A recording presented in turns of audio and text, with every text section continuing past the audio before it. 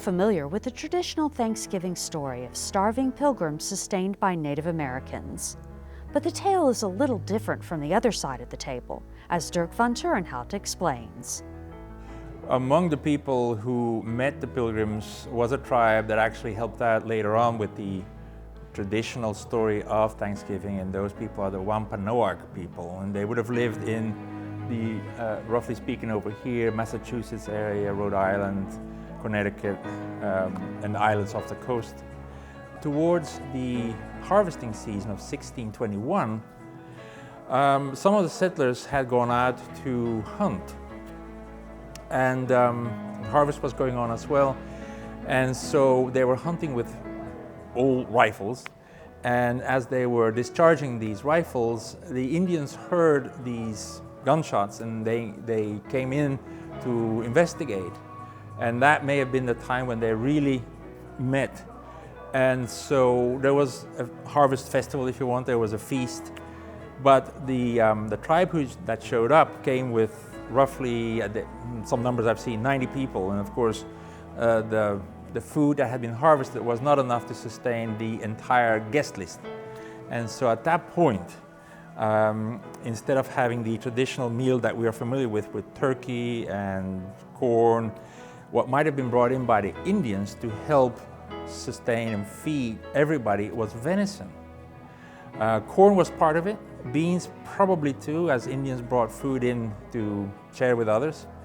But it was more sharing with others because there were too many in number, as opposed to sharing with others because they were running out of food. They just didn't have enough for everybody. The initial contact, tribes in the eastern part of the United States would have been, to a large degree, I would argue, receptive and wanting to help people.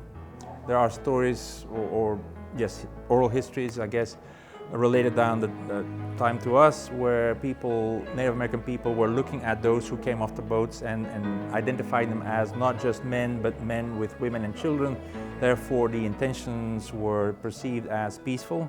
These were not warriors. You had families coming ashore, so the initial contact was one of, let's welcome these people, most of the time.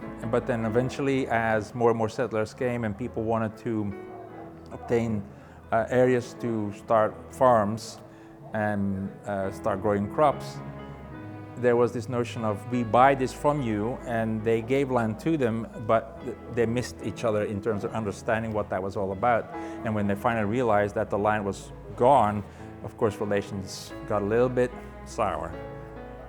The Houston Museum of Natural Science has resources to gain a better understanding of those first people in the Americas and their complex contribution to our nation's history. We're in the John P. McGovern Hall of the Americas on the 3rd floor. In our museum, this is a hall that's been up since 1998, with additions here and there, but it talks about Native American cultures from the Arctic, Alaska, all the way down to South America. If people have questions, they can email us. If students are working on projects and would like some more information, that can be done.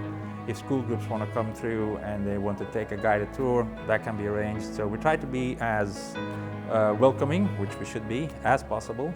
And the good thing is we're open 363 days a year.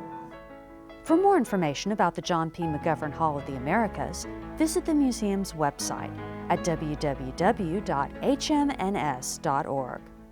For No Time Like the Past, I'm Stacy Hawkins.